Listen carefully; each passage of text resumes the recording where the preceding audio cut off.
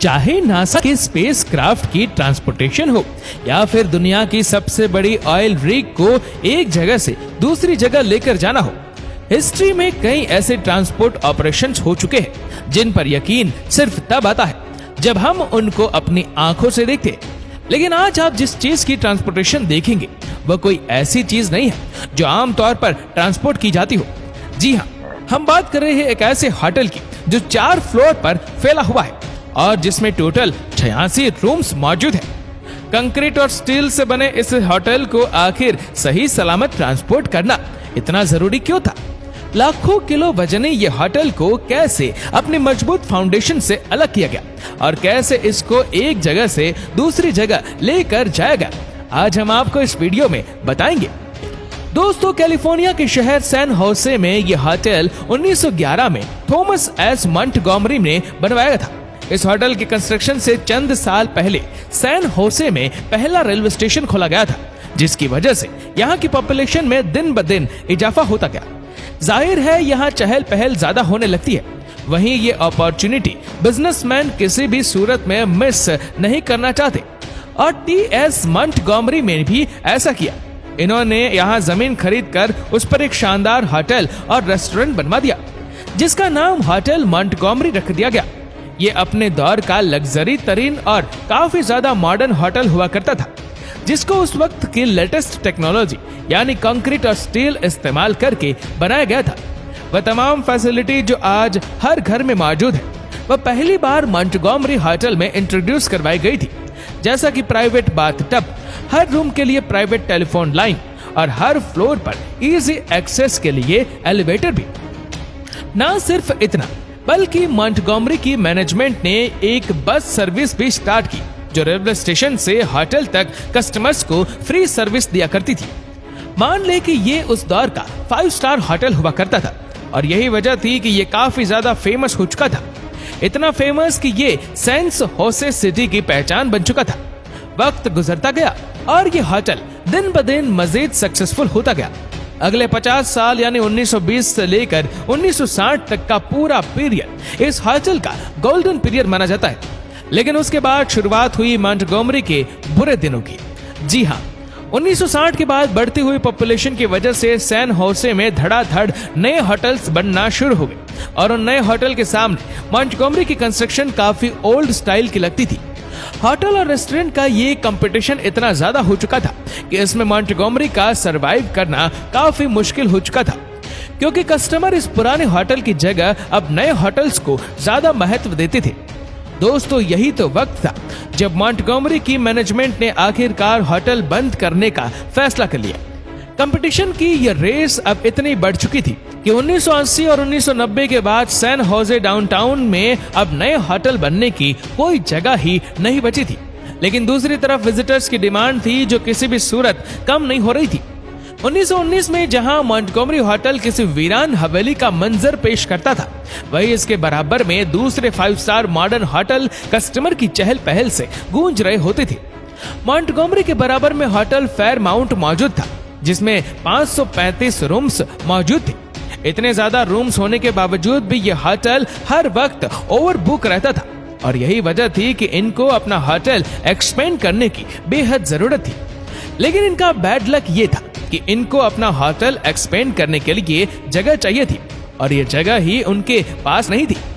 इनके पास सिर्फ एक ही ऑप्शन था कि वो मंटगोमरी की खाली बिल्डिंग खरीद ले और फिर उसको डिमोलिश करके वहां फेयरमाउंट होटल का दूसरा पोर्शन बनाए।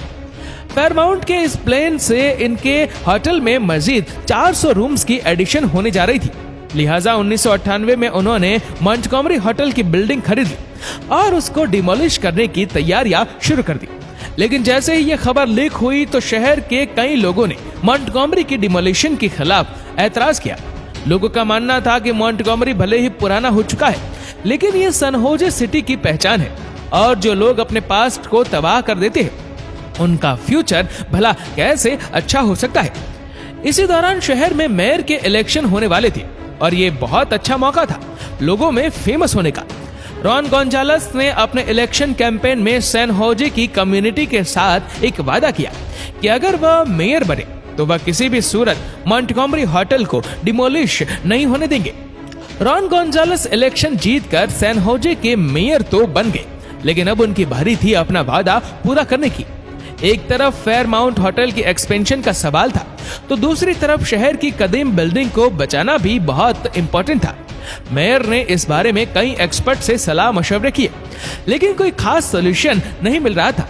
लेकिन फिर आर्किटेक्ट की एक टीम ने मशवरा दिया कि क्यों ना होटल मॉन्टगोमरी को यहाँ से सही सलामत हटा दिया जाए। पहले तो ये आइडिया किसी जोक से कम नहीं लग रहा था, क्योंकि किसी बिल्डिंग को एक जगह से दूसरी जगह लेकर जाना किसी के बस में भी नहीं होता। लेकिन मेयर को यह आइडिया क्लिक कर गया और उन्होंने इस काम को अंजाम देने के लिए $12.5 मिलियन यानी तकरीबन 93 करोड़ रुपए का बजट अप्रूव करवाया और साथ ही एक्सपर्ट्स की एक टीम भी बनाई। जब एस्टिमेट लगाया गया तो मालूम पड़ा कि इस बिल्डिंग का वजन कम से कम 4500 टन से भी ज्यादा है, यानी ये वजन 25 बोइंग 747 एयरक्राफ्ट या फिर 750 अफ्रीकन हाथी के वजन के बराबर है। इतना ज्यादा वजन उठाना तो एक अलग मैटर था। बिल्डिंग को सही सलामत अपने फाउंडेशन से अलग करके किसी और जगह लेकर जाना एक ऐसा टास्क था जो हिस्ट्री में पहली बार किया जा रहा था। इन सब मसलों के अलावा एक और मसला भी था, और ये वह था कि आखिर बिल्डिंग यहाँ से निकाल कर रखी कहाँ जाएगी। सैन होजे रीडेवलपमेंट एजेंसी, जो कि एक गवर्नमेंट का ही इदारा है, उनके पास एक जमीन खाली पड़ी थी और खुशकिस्मती से ये जगह मॉन्टगोमरी होटल से सिर्फ 180 फीट दूर मौजूद थी। अब यह फैसला तो हो चुका था कि मॉन्टगोमरी को अपनी लोकेशन से सिर्फ 180 फीट दूर खिसकाना है, लेकिन चैलेंज ये था कि इस दौरान ना ही बिल्डिंग के स्ट्रक्चर को कोई नुकसान हो और ना ही इसकी डेकोरेशन को। साल 2000 में इस इम्पॉसिबल टास्क पर आखिरकार काम स्टार्ट कर दिया गया।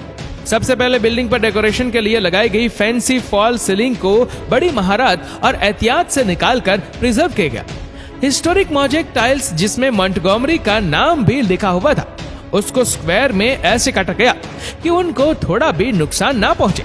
साथ ही साथ उस दौर में किया गया सारा वुड वर्क भी अपनी असली हालत में प्रिजर्व कर दिया गया। जब एंटिस्क को प्रिजर्व करने का काम कंप्लीट हो गया तो अब बारी थी बिल्डिंग के स्ट्रक्चर पर अच्छी तरह रिसर्च करने की। इस रिसर्च में बिल्डिंग के कॉलम और बीम का हेल्थ चेकअप किया गया, उनकी एक्यूरेट साइज ली गई और साथ में बिल्डिंग के नीचे मौजूद गैस पाइपलाइन को भी ढूंढकर रिमूव किया गया। सारा रिसर्च वर्क मुकम्मल होने के बाद एक्सपोर्ट को एक ऐसा चैलेंज फेस करना पड़ा जो शायद उनकी जिंदगी का पहला चैलेंज था। नॉर्मली किसी भी बिल्डिंग को बनाने के लिए पहले फाउंडेशन डाली जाती है और फिर उस पर पूरा स्ट्रक्चर खड़ा किया जाता है, लेकिन इस केस में स्ट्रक्चर पहले से तैयार था जबकि फाउंडेशन बनानी थी। चैलेंज ये था कि ये फाउंडेशन पुरानी बिल्डिंग के कॉलम यानी पिलर्स के हिसाब से बनाई जाए। इस नई फाउंडेशन को बनाने में 1 मिलीमीटर की भी गलती बहुत बड़ी मुसीबत खड़ी कर सकती है। लिहाजा एक्यूरेट साइज लेने के बाद ही न्यू लोकेशन पर स्पेशल फाउंडेशन तैयार की गई। मॉन्टगोमरी होटल हिस्ट्री की वह वाजिद बिल्डिंग होने जा रही थी जिसको प्रैक्टिकली नई लोकेशन पर मूव किया जा रहा था। रिजर्वेशन का सारा काम कंप्लीट हो चुका था। रिसर्च वर्क और नई फाउंडेशन का काम भी पूरी तरह कंप्लीट था।